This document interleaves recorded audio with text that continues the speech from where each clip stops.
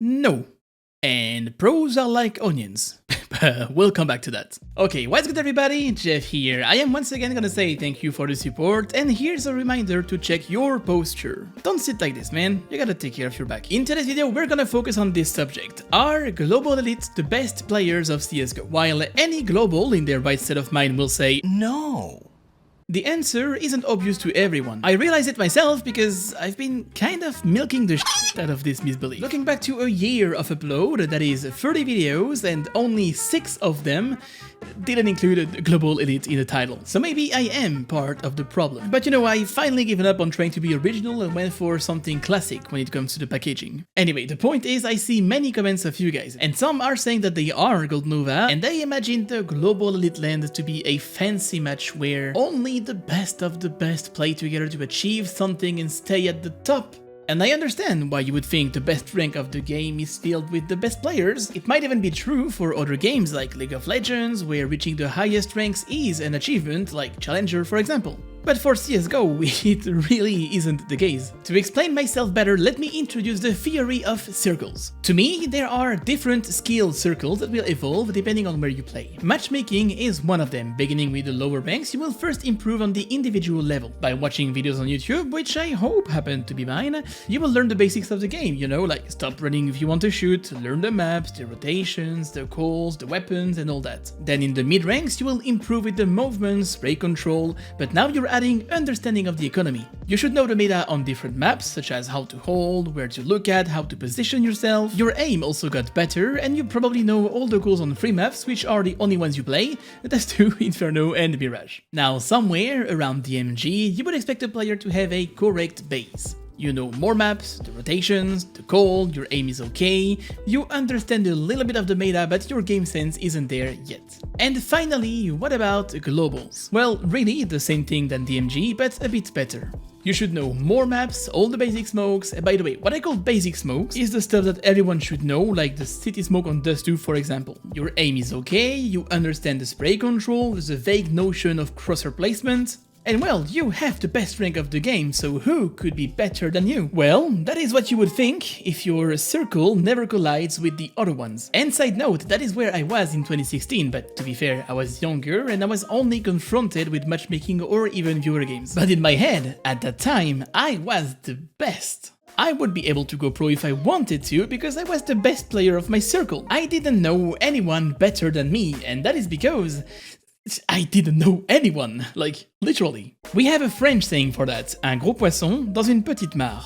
Big fish in a small tank. Take young Jeff, a sturdy sardine. It would only know the limits of its own tank, that is Supreme, LEM and Global. So Jeff is thinking he's the best, but then Jeff gets thrown in different water, sea water, and meets the mighty salmon. Now the salmon is a much bigger fish than the sardine. Did you know the king salmon can get up to 1.5 meters in length and weight 57 kilos? Now that's a lot of sushi. So Jeff stares in awe and realizes he's just a sardine, not even worthy of getting sushi'd. And so Jeff learns a lesson: big fish in a small tank. Also, Jeff loves sushis. Nowadays, the evolution of CSGO and the competitive circuit has made it that you have to grind something else than matchmaking to evolve as a player. And let's be honest, Faceit clearly won that battle, especially in Europe and NA. If you meet a fellow CS player in the street and want to evaluate his level, you will ask his rank, and if it turns out to be global, the next thing you will ask is, what's your Faceit rank then? Because this has become the normal path to any CS player. Now, how does a regular global elite compare to someone level 10 on Faceit? Well, I would expect the Faceit level 10 to be a lot better than the matchmaking player, because by playing on Faceit, you're gonna get a lot more challenges. You will face new situations, smokes, and the meta can change. Here's a concrete example we're gonna come back to throughout the video, and this example is Mirage window. In matchmaking, even in global, as a CT,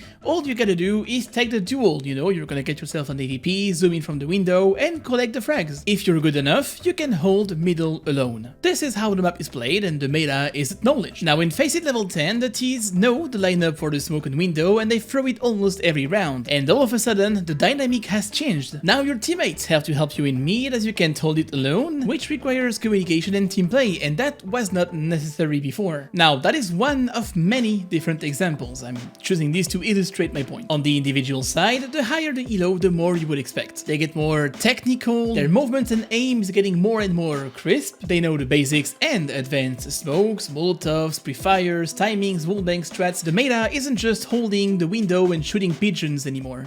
Now if we zoom out a little more, we are looking at closed environments, such as hubs, and you know, I happen to own one of those with ECL Legends. Legends is the highest division in ECL and is very competitive. Must have 2700 elo to get in, and every week the top 1, 2 and 3 gets away with hundreds of dollars. And that alone gives them a reason to grind. But actually most of them are playing here because it's very competitive, and also because the top 20 of every month is invited to a qualifier sending them into FPLC. Now if we look at the two best players of this month, one has 5,200 matches and an average kill of 21, and the other one has 2,700 matches for an average frags of 22. Now, 22 frags average, it's not that much, right? Like when I play matchmaking I hit 30 every time. Well, again, big fish in a small tank. Put me in a match with those guys and I'm gonna get eaten alive. It's almost gonna be a miracle if I hit 15. I won't know the meta and the ways of playing around the map. I'll probably get tricked by one-way smokes I haven't seen before, and it's gonna be tough. I want to get there at some point, but I know that right now I'm just not good enough. Plus, in order to qualify, you have to grind this. The number 2 of this month played 173 matches in 28 days. That's 6 matches per day, every day. Matches during which you have to be 100% focused. You gotta perform and you gotta give your best. But wait, because there's even higher levels. If we zoom out again, I mentioned them trying to get qualified to get into FPLC. This is a monthly leaderboard where you're gonna be matched with players who grinded just as much as you did, and you must compete to secure a top 2, and only then can you get into FPL. Now, FPL stands for Faceit Pro League and is the ultimate achievement for CS players. Only the best of the best are playing up there, and you will face pros, semi-pros, and of course, no offense, randoms who grinded their way on the circuit. But they are obviously very good. At this level, you expect everyone to understand the pug meta, the solo queue meta, where you play with extremely good individuals, but haven't sat down on a private server to work out strat and all that. So you play what we call the pug style. By now, you expect an FPL player to be extremely skilled on the individual level, crisp movement and aim, won't spend ages making decisions, and a very deep understanding of the meta.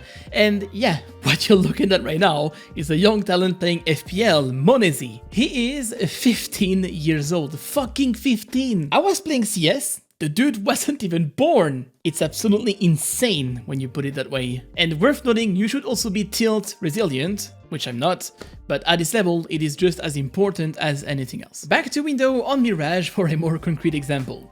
It is known that the T's will smoke window, so you will find the CTs throwing a molotov to trigger the smoke earlier and leave a gap on the right side so they can still hold it. But the T's are aware that the CTs will do just that, so they will keep on throwing the same smoke so that the CT think is safe, and then with a perfect flash from a teammate, they will pick mid at the perfect moment and timing, usually coupled with a perfect connector smoke, not the one that leaves the gap so big we could fit in your mama in there. Hey, remember your mama jokes? Yeah, those were funny a long time ago. And finally, the last circle, we are getting to the very best players of CS, the pros. Pros are basically everything from before, but better and spiced up with an even more complicated meta. Not only are they facing the sharpest players, they are facing the sharpest players playing together, with actual paid coaches and analysts whose jobs consist of analyzing your previous matches and anti-strat you. So let's go back to a more concrete example to illustrate what I'm saying here.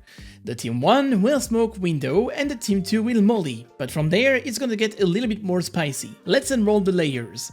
Team 1 knew that the team 2 would molly because they did it last week during a match against Team X, so they know that they will take control of mid anyway. So they will wait a couple of seconds and then throw another one right away because the guy in window will not have another molotov. But Team 2 actually knew that the Team 1 would know and anti-strat this thanks to their preparation. So in response, they had already prepared an aggression on the edges of the map because they know that in order to throw those two smokes, 2 players will be committed in T-spawn. So there's only 3 other players to find, and there's a solid chance that you can single one of them out without getting traded. And this is the kind of thinking process you will find at pro level. Behind every move is some kind of meta and counter meta that is rolled up in so many layers that will make you cry.